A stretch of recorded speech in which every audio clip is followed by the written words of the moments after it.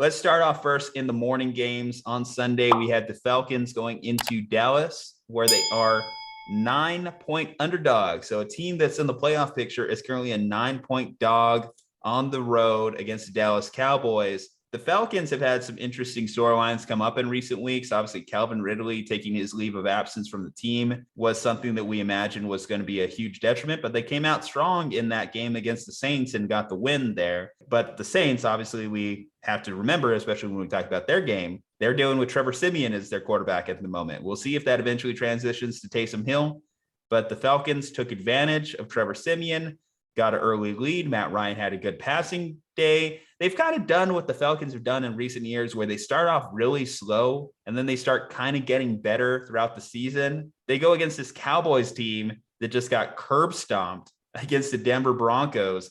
30-0 at one point was that game. Ended up being 30-16, I want to say the final score. So a much closer game than it actually was in reality. We don't think much of the Broncos. We don't think of them as a good team. And we certainly thought with Dak Prescott back in the lineup, there's no way the Broncos would have won that game.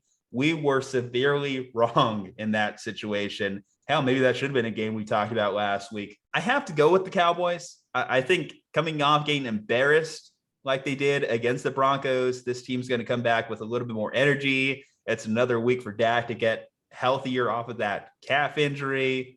I think this is going to be a very motivated Dallas team we see coming into this one, even though I do think the Falcons are a fun storyline as we continue to see who gets that 7 seed in the NFC. I think the Cowboys are a much better team at this point. I would like to say that although Juju mentioned off the top that the Falcons are indeed in the playoff picture right now, if they make the playoffs, they will not deserve it. I've been putting that out here now that the Falcons do not deserve to make the playoffs, and they will be curb stomped by whoever the 2 seed in the NFC is. In the case of the Dallas Cowboys, the thing I've been saying all year is that when your team generates a lot of turnovers on defense and you're not an elite defensive unit, like you're usually in the top 10, but you're leading the league in turnovers, it's usually masking inefficiencies on your defense. This happened to the Miami Dolphins last year. 2 years before that, it happened to the Detroit Lions in that first year with Patricia, where they like kind of stunk, but they were like 15th in the league in defense. And everyone was joking that it was one of those years that Matt Stafford got a defense that wasn't bottom 10 in the league. All of that to say, the Cowboys were that team this year where Trayvon Diggs had 7 interceptions and they forced like 4 more turnovers than the next closest team. And the reason that's the case is because turnovers are really just a product of luck. Teams get really lucky when they force turnovers, that someone doesn't drop a pass like Kevin King did against the Chiefs last week, or some pass doesn't get overthrown, or that a guy fumbles a ball because he accidentally let the ball hang out for an extra second. You get really lucky when you generate turnovers and they don't translate over a larger sample size. And so you started to see a little bit of that last week when 30 points were scored by Teddy Bridgewater. Your defense has to be bad to allow 30 points to Teddy Bridgewater. I know it was mostly a rushing attack for the Denver Broncos with Williams and Gordon that kind of took over there. But even still, do you know how bad you had to have played that day for Teddy Bridgewater to score 30 points against you? All of that to say, the Cowboys are just better than the Falcons. I'm going to pick the Dallas Cowboys and have the Falcons cover the 8 or 9 point spread. I think you said it was 9. I saw 8 when I was filling out picks for the week for Take It Easy, but hey, I think you got them at 9. That's even better. I agree with that, especially if I'm rolling with the Falcons. I'll take them at 9.5, and I'll say they'll cover the spread because this one, if you had told me 2 years ago, or actually last year, really, that the Falcons were playing the Cowboys, I would have told you both teams are going to score in the 30s. It's going to be a 50-50 toss-up game. Both quarterbacks are going to throw 400 yards. But the Falcons have a new identity. They are no longer the 350-yard, 3-touchdown, 1 interception, score 30 points, but your defense is going to allow 30 points Falcons. No, they have a new identity under Arthur Smith. And that identity apparently is Cordero Patterson, I guess. His mama worked 3 jobs. He can play 3 positions. Cordell Patterson, he's been quite the story this year.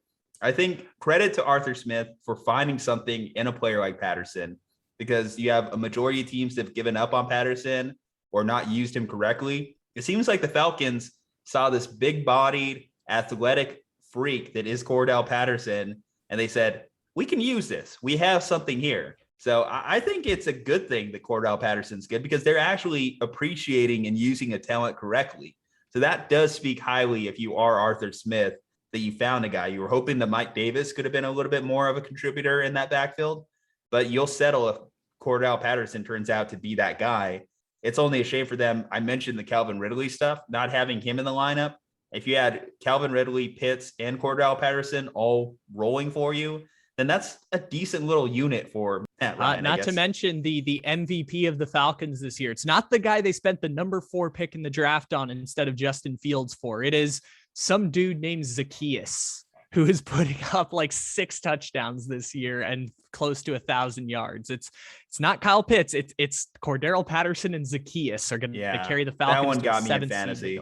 That one pissed me off there because I was like, Russell Gage will probably step up with Calvin Ridley out, and then it's Zacchaeus that gets the touchdown. I try to say his first name on the fantasy pod.